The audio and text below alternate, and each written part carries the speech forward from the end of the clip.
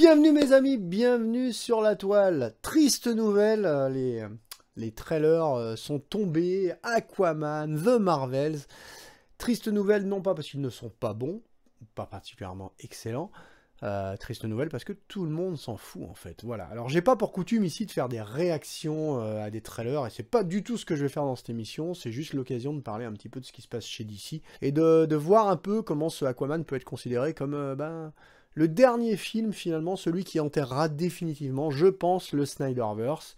Parce que pour le coup, ce trailer est tombé dans une indifférence quasi générale. Le film va sortir chez nous, je crois que c'est en décembre. Il me semble que c'est le 20 décembre, en pleine période des fêtes. Est-ce que le film fera de l'argent ou pas? Je pense que c'est même plus la question aujourd'hui. Pour le coup, c'est juste histoire de ramasser un petit peu la mise. Et puis voilà, d'oublier un peu tout ce qui s'est passé. Je trouvais ça intéressant d'en parler parce que moi, ça me touche finalement. Il faut savoir que j'ai adoré le premier volume d'Aquaman, que je suis un fervent défenseur du Snyderverse. Je trouve qu'il y avait vraiment quelque chose à faire avec cet univers d'ici, et que ça a été complètement chahuté, méprisé, maltraité dans tous les sens. J'ai pas compris ce qui s'est passé chez DC Warner, mais ils ont pris toutes les mauvaises décisions avec une ferveur qui pousse à l'admiration. Je veux dire, comment on pouvait autant se planter avec de l'or dans les mains comme ça? Je comprends toujours pas ce qui s'est passé, toujours est-il qu'on vit les dernières heures, à mon avis, de l'univers d'ici tel qu'on l'envisageait, ou des univers d'ici, peu importe, on va y revenir dans cette émission, que je veux courte. C'est vraiment une émission pour parler un petit peu de ça rapidement, donc l'émission devrait faire 40 minutes, comme d'habitude. Alors déjà, il faut savoir que le film de super-héros fait moins recettes aujourd'hui. Je vous l'ai dit dans plein d'émissions, l'ère d'après-Covid, les salles remplissent moins, ça commence à végéter un peu, puis on commence à en avoir vu du film de super-héros. Donc si aujourd'hui ces films-là ne proposent pas quelque chose de neuf, forcément vous y allez un petit peu à reculons. Marvel, ils ont établi la recette, ils sont partis sur quelque chose de très fort, mais de la même façon qu'il y a des séries télé que vous avez envie de regarder ou d'autres pas, ou même dans une même série, des fois vous avez un épisode, vous dites ah, celui-là il était particulièrement chiant, c'est un peu pareil avec les épisodes de leur saga cinématographique Marvel. Là je fais un petit écart, mais sur The Marvels, le trailer vraiment me conforte dans l'idée que ce film va pas faire beaucoup d'entrées. J'ai trouvé le trailer absolument immonde.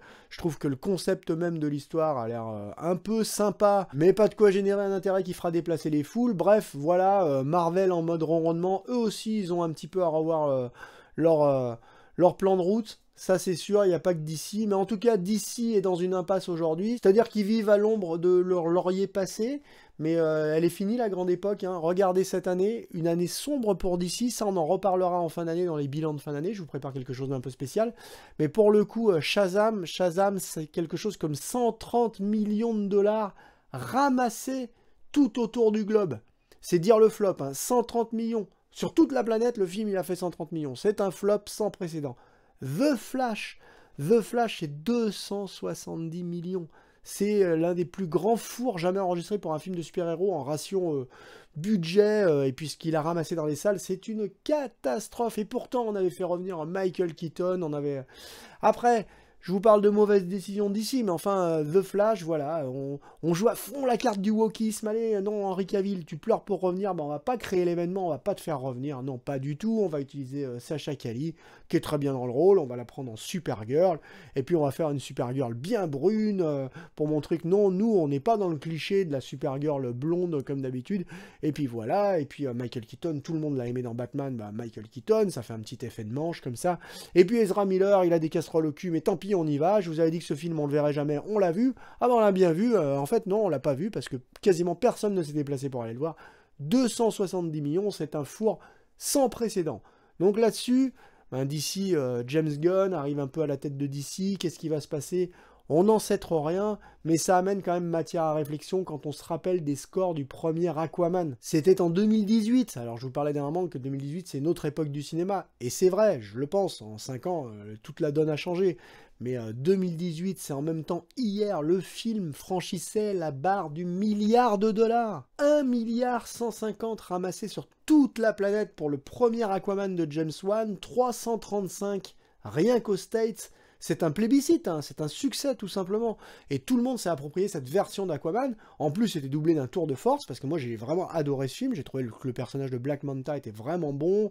j'ai vraiment bien reçu cette proposition, et puis à l'époque c'était un tour de force, il fallait quand même mettre en scène un héros sous-marin, avec des scènes sous-marines qui tiennent la route, et c'est ce que nous offrait ce film, avec un degré de folie qu'on aurait pu attendre chez un Sam Raimi, avec ces espèces de crabes géants, ces armées avec des crustacés et tout, je trouvais ça génial.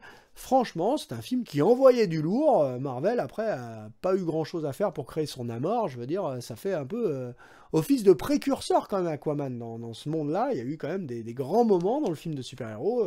Iron Man à un moment, et puis Aquaman, quand même, nous a montré qu'on pouvait faire un héros comme ça, amphibie, comme on n'en avait jamais vu sur le grand écran. Maintenant, si on prend en considération les 1 milliard 150 millions d'Aquaman, il faut quand même bien le dire, il y a une fatigue un petit peu du film de super-héros, on en a parlé, et puis il y a tout un tas de films maintenant qui peinent à rentabiliser leur budget, ou alors qui recueillent la ferveur des spectateurs de manière très différente. Par exemple, le dernier Ant-Man, c'est moins de 500 millions de dollars de recettes, c'est pas énorme, c'est pas considéré comme un gros succès, ça va, on va pas pleurer pour eux, mais c'est pas énorme. Et puis le dernier Gardien de la Galaxie, que je trouve vraiment mieux pour le coup, au niveau de sa proposition et tout, j'ai adoré ce film, qui fait presque 900 millions. 900 millions aujourd'hui, c'est une très bonne somme, hein. Franchement, quand on commence à approcher le milliard pour un film qui sort aujourd'hui, c'est quand même vraiment pas mal. Donc voilà, il y a une fatigue du film de super-héros, oui, mais ça dépend encore une fois de ce qu'on envoie en direction du public. Quand vous envoyez un Gardien de la Galaxie où il y a du cœur, il y a un attachement au personnage, bah ça le fait. Quand vous envoyez un Ant-Man où il n'y a pas une grosse proposition, même si visuellement le trailer envoyait, les gens sont intéressés comme ci, comme ça. On fait des appels du pied, vous avez vu, il y avait ça dans la série, mais les séries de Disney+, étant donné qu'elles marchotent plutôt moyennement, bah voilà, ça crée pas un attachement à ces héros. Voilà, bon bref, la seule réflexion que ça motive chez moi tout ça, c'est franchement de me dire que DC a quand même enquillé les erreurs, et la plus grosse erreur qui est faite DC, c'est d'avoir un univers totalement confus et désordonné, un espèce d'anti-Marvel, parce qu'alors pour le coup, Marvel peut accoucher de films un petit peu moyens selon moi, mais ils ont fait tout ce qu'il fallait faire. C'est-à-dire qu'ils ont mis un maître étalon du cahier des charges à respecter quand vous voulez réussir à créer de grandes sagas super-héroïques, c'est-à-dire démarrer par la petite porte, faire monter la pression, faire des films qui réunissent plusieurs héros, puis des œuvres de plus en plus ambitieuses. Voilà, j'ai trouvé qu'ils avaient franchement mis la barre très haut, et c'était exactement ce qu'il fallait faire chez DC. Sauf que DC, ils ont rushé le process, ils ont voulu aller vite, très vite, allez hop, on envoie un gros film, on envoie un autre gros film, et puis quand ça prend pas, ça prend pas. En plus, DC a toujours eu le cul un peu entre deux chaises, c'est ce qui s'est passé dernièrement, d'annonce en annonce, on est arrivé à des trucs complètement idiots, excusez-moi, et là je suis poli, quand on nous a dit qu'on passait au DC, les univers de DC, ça veut dire qu'on peut balancer n'importe quoi là-dedans. Comment vous voulez que le spectateur s'y retrouve? Faut un moment quand même que le spectateur, il ait un petit peu quelque chose à quoi s'accrocher. Quand vous avez 3 Batman qui vivotent en même temps dans l'univers d'ici, vous voulez vous accrocher à quoi? Vous avez eu Ben Affleck, vous voyez passer Michael Keaton, vous avez Robert Pattinson, vous êtes en train de vous dire, mais c'est quoi l'univers d'ici? Et puis DC a toujours eu le cul entre deux chaises aussi au niveau même de leurs propositions. Vous avez d'un côté un cinéma très bubblegum, très sympathique, très drôle, genre les Birds of Prey, des choses comme ça, c'est coloré, c'est poppy, c'est cool. Et de l'autre, vous avez des trucs complètement dépressifs, le cinéma de Nolan, les Dark Knight, le dernier Batman. Et finalement, plus j'y réfléchis à ce film, et plus je me dis qu'il est quand même pas si fou que ça, que moi je le trouve pas si fou que ça. Il est bien, hein, franchement, il est très sympa, mais je veux dire, cette proposition dark jusqu'au boutiste, c'est pas le Batman que moi j'adore, et j'en ai déjà parlé sur cette chaîne, donc j'attends de voir la suite avec impatience, mais au vu des promesses qu'on nous fait déjà, voilà. Donc c'est un univers d'ici qui a jamais été cohérent. Il aurait été cimenté si on avait respecté un petit peu le Snyderverse, le Justice League, qu'on était parti de là pour construire quelque chose, et pourquoi pas faire quasiment tout de suite un très gros film, là, ce Justice League, version Snyder, parce que je le trouve juste monumental, et puis partir vers quelque chose, vers ces personnages. On avait quand même des personnages extraordinaires comme Cyborg, dont on n'aura jamais rien fait, alors que c'est un personnage tragique absolument magnifique, on n'en aura rien fait. Bref, je trouve ça dommage, c'est du gâchis. D'un côté, on avait le squelette, les prémices d'un très grand univers, et de l'autre, on a plein de projets qui sont venus parasiter tout ça, mais des projets en plus qui sont bons, hein. décorrélés de cet univers, moi je peux que les défendre. Joker, c'est un bon film. Est-ce que c'est un film d'ici? Est-ce que c'est un film sur le Joker? Vraiment, on peut en discuter. Mais c'est un très bon film. Après, le dernier Batman, il est bien aussi. Mais pourquoi on n'a pas réussi à cimenter tout ça? Vous pouvez imaginer, vous, ce que ça aurait donné qu'un univers comme ça, avec un Joker qui soit inclus dans la ligne officielle? Moi, j'aurais trouvé ça beaucoup plus intéressant. Il y avait moyen de faire même des œuvres un peu plus pop, et puis des œuvres un peu plus sérieuses, mais qui se déroulent dans le même univers pour que les gens s'y retrouvent. Non, on a préféré jouer la carte du n'importe quoi, partir dans tous les sens, et aujourd'hui on voit arriver le trailer d'un Aquaman dont tout le monde se fout, et qui sera probablement la dernière œuvre d'ici à arriver au cinéma. Et puis alors on peut toujours rêver, on peut toujours se dire que maintenant, avec l'arrivée de James Gunn, on va lisser tout ça, que ça va devenir propre, qu'il va y avoir une ligne directrice, qu'enfin on va retrouver un univers apaisé, mais pas du tout, faut pas rêver. Quand on voit à ce niveau-là que le Joker Folie à 2, la suite donc de Joker, est annoncé pour 2024, et que je crois que le Batman 2 est annoncé pour 2025, ça, ce sont des projets déjà indépendants. Donc si on espère un univers cimenté, on l'aura jamais. Ce qu'il faudrait faire chez DC aujourd'hui, c'est faire tabula rasa de tout ça, mais vraiment au plus vite, et puis laisser passer du temps. En réalité, laisser passer du temps, parce que même si James Gunn arrive, il y a des annonces régulièrement d'un nouveau Superman, un nouveau Superman. Mais est-ce que le monde, est-ce que vous et moi, on a besoin d'un nouveau Superman? On avait Henry Cavill. Est-ce qu'on a besoin, sincèrement, d'un nouveau film Superman? Je pense pas. Je pense pas du tout. Alors, tout ce qui avait besoin d'être dit dans un Superman a été dit dans Man of Steel, que je trouve grandiose. Au niveau des scènes d'action et de ce que peut faire un Superman, on l'a vu dans Man of Steel, on l'a vu dans Batman contre Superman. Donc, voilà, ça a été dit. Donc maintenant, on peut partir sur autre chose. On peut peut-être essayer de faire quelque chose. Mais moi, franchement, Warner DC, si j'avais qu'un conseil à leur donner, c'est laisser passer du temps, laisser retomber tout ça, vous sortez votre Aquaman, puis vous oubliez. Parce que de toute façon, il faut arrêter un petit peu. Moi, j'ai l'impression qu'en permanence, c'est l'ascenseur émotionnel avec DC. Pour moi, qui suis un fan de ces héros et qui suis un fan du Snyderverse, mais c'est une souffrance. Sincèrement, c'est une souffrance de se dire en permanence « Ah mais alors, peut-être que ça va repartir, puis on entend les effets d'annonce et tout. Ah, Henry Cavill revient, puis non, finalement, Henry Cavill, il revient pas, et puis ils sont pas aidés par des flops, et puis ah, Henry Cavill, il apparaît à la fin de Black Adam, et puis Black Adam est un four, donc en fait, ça veut rien dire, tout ça, c'est extrêmement violent pour les spectateurs, ça me fait du mal, ça fait vraiment du mal de voir ça, donc j'ai envie de dire, voilà, arrêtez. Là, j'ai l'impression qu'on a un animal qui est souffrant, qui a plus de pattes, qui est aveugle, qui n'entend rien, et on essaye quand même de le maintenir en vie. Non, faut arrêter. À un moment, faut tuer la bête. DC, c'est ça, le DC Universe au cinéma.